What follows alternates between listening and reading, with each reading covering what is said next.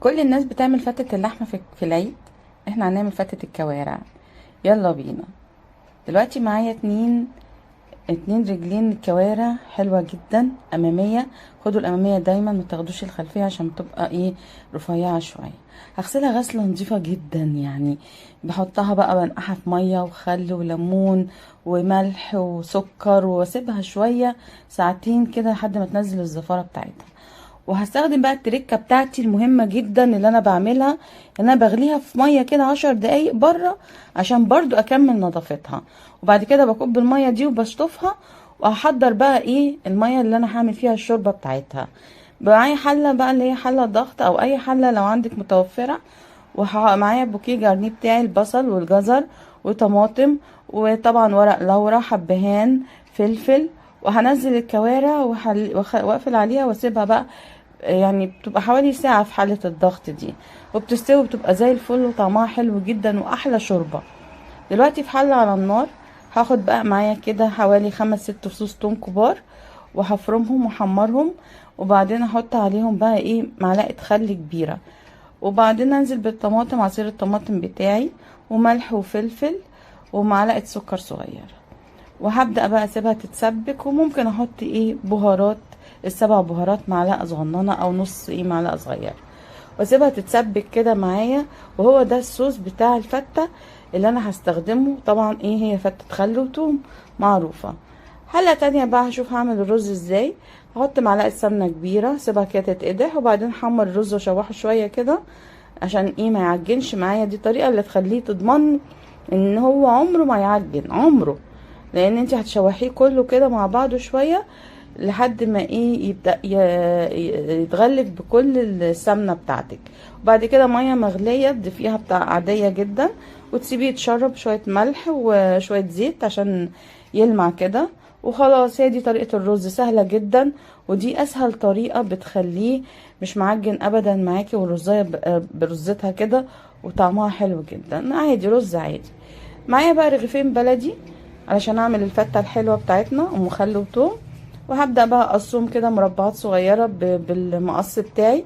وبراحتك بقى انتي تحمري العيش في الفرن او تحمريه على البوتاجاز من فوق، مش هتفرق كتير.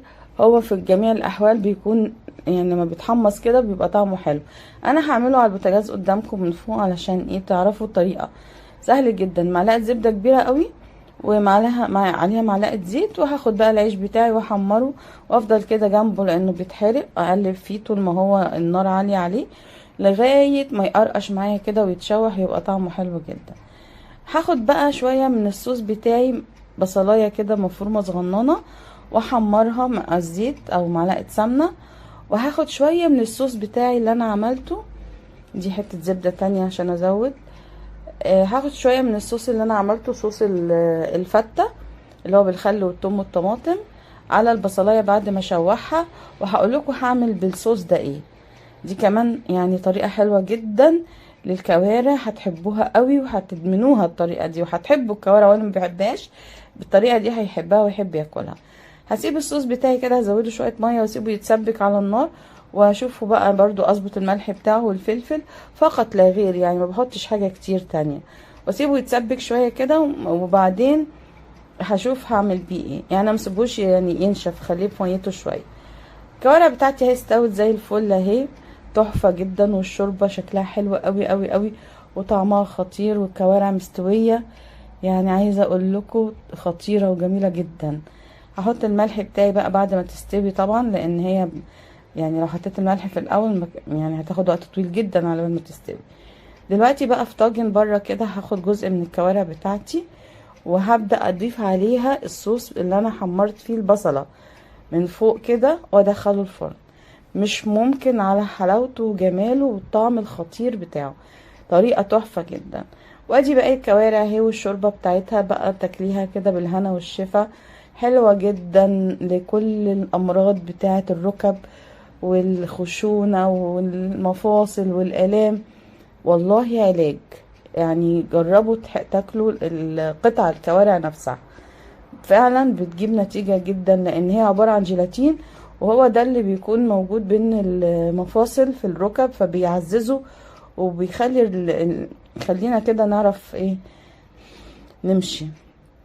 المهم انا حطيت العيش وحطيت عليه طبقة من الرز، وبعدين خدت صوص الخل والثوم وحطيته من فوق، وابتدي اسقيها بقى بالشوربة بتاعتي. وهي دي الخلة العادية التقليدية الجميلة جدا، طريقتها حلوة جدا، طعمها خطير وخرافي والله بجد، جميلة جدا. حطيت قطع الكوارع بتاعتي فوق فوقيها كده، للي عايز يعني ايه يحب ياكلها ياكل معلقة فتة. والكوارع دي لذيذة جدا وطعمها حلو. ومعايا الطاجن بتاعي اهو طلع من الفرن بيشكشك كده، خطير وطعمه جميل جدا. وبالهنا والشفا، واللي مشتركش في القناة ينزل يشترك. وكل سنة وانتم طيبين.